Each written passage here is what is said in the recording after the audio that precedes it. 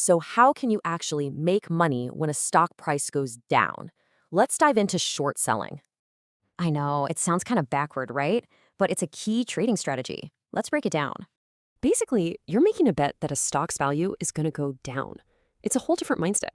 Okay, so usually it's buy low, sell high. Shorting flips that completely on its head. You sell first, then buy later. To really get how this works, let's walk through a quick story. It'll make it super clear. See that? The key is selling high first, then buying back low to return the shares. That difference is the profit. The cool thing is, you don't have to go find someone to borrow from. Your broker handles all that stuff automatically. So for you, it's really simple. You just click sell to open the trade and exit to close it out. And if your prediction is right, that profit from the price drop just lands right in your account. But there's a huge risk.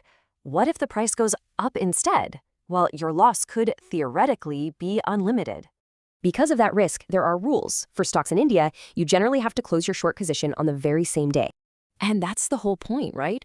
It means you can find opportunities no matter which way the market is heading.